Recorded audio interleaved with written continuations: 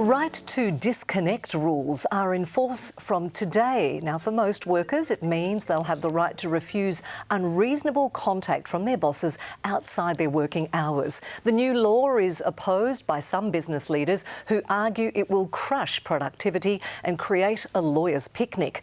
The coalition has promised to repeal the laws if it wins the next election. As of today, Australian law means your boss can no longer text or call you outside office hours and expect you to respond. It's called the right to disconnect, and I've got federal politics reporter Dan Jervis-Barty on the line from Canberra to help us understand how it'll work. Dan, this call is during work hours, so I'm glad you answered it. No, Ben, and I'm not sure it would apply to journalists necessarily. We're expected to be on call at all hours, so no. Yeah, I'll remember that, mate.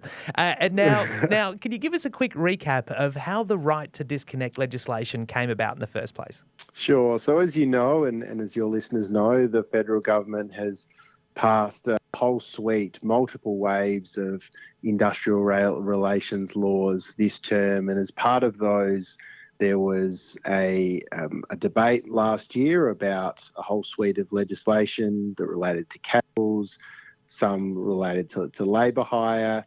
Now, at the last minute, when Labor was needing to get this bill through Parliament, they made a deal with the Greens, whose votes they required, to insert this extra thing called the right to disconnect into the legislation. So it all happened very quickly. From my recollections, really in the last week or so before the bill passed. There wasn't a huge amount of time for industry to be able to get their head around it. There was lots of concern, given the time difference, and perhaps we can get to that about what it means for Western Australia, but lots of questions about how it would work, the implications for not only bosses but also staff. So that legislation passed earlier this year in February, and then it comes into effect from today. And so who exactly does it apply to, and what do workers now have in terms of new entitlements? So what it means is that workers, like you said, they have a right to disconnect. So at a basic level, it means that if you're a worker, you have a right to be able to not respond to calls, to text messages and to emails after hours.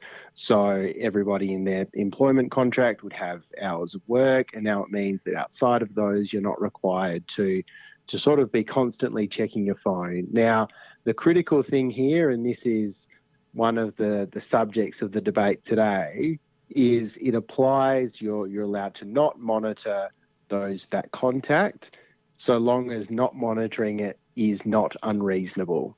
So basically that is the caveat here. So if you're a manager, if you're someone who has responsibility, you're paid a little bit extra, it is reasonable for you to be expected to take calls at different hours. So, but if you're not, if you're just a junior staffer whose responsibilities quite clearly are from 9 to 5, the days of bosses being able to contact you, to be able to inundate you with emails and text messages at 10 o'clock at night are over.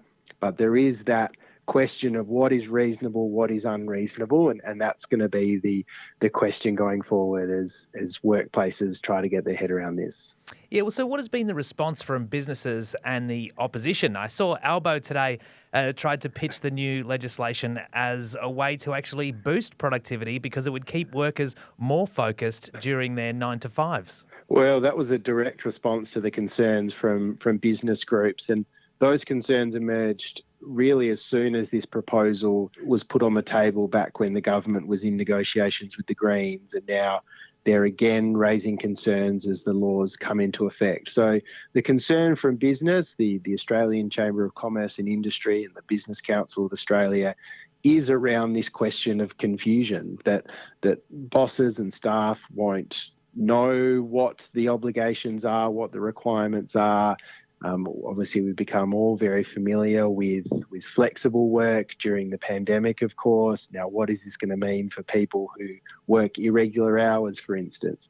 So they're concerned that this change, on top of all of the other changes that the government has made in terms of industrial relations is just going to, and we know that productivity is lagging at the moment, that it's really not going to help. Now, as you mentioned, the Prime Minister was out there today pitching a very different argument, making the case that in fact this would boost productivity. And his argument was that if you have a good relationship between the boss and the workers, and the worker is very focused in the 8 hours a day or so that they're working, and they're not being hassled outside of those hours, that will boost productivity.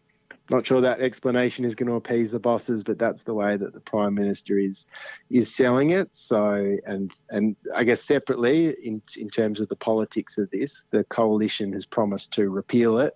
They obviously don't think that it's good. So it's not just an issue that's sort of playing out in workplaces today, it's also playing out in the political sphere. Oh, big time. And so is it fair to say then, given the uncertainty, given the ambiguity around terms in the legislation, such as, what constitutes reasonable cause to not answer your boss's phone calls, is it reasonable to say that everyone's kind of like waiting with bated breath for the first test case to come before the desk of the Fair Work Commission? I think so. I think that'll be that first decision and the precedent that first decision will set, and perhaps only until we have that first decision and he's able to answer some of those questions about what is reasonable and what is unreasonable. But I think what it will trigger is, there's obviously been quite a bit of news coverage late yesterday and today, is to start conversations in the workplace. I'm sure there's going to be staff today that are having a chat with each other and potentially raising it with the boss and asking, okay, what is reasonable? And I think that is the hope that the government has, is that this is something that doesn't reach the Fair Work Commission, that isn't litigated through the courts as business fears. I think the hope for the government and the unions that have pushed for this is that this becomes just a normal part of the boss-worker relationships, where they are able to have good communication, are able to establish what is and what isn't reasonable, and they get on with their life. Yeah, and heaven help any journalist who doesn't answer a call from their editor to query a fact in a story before deadline, even if it's after hours. It won't be you and me, that's for sure. Federal politics reporter Indeed. Dan Jervis-Barty, thanks as always for taking our calls at the Nightly Five. My pleasure, anytime.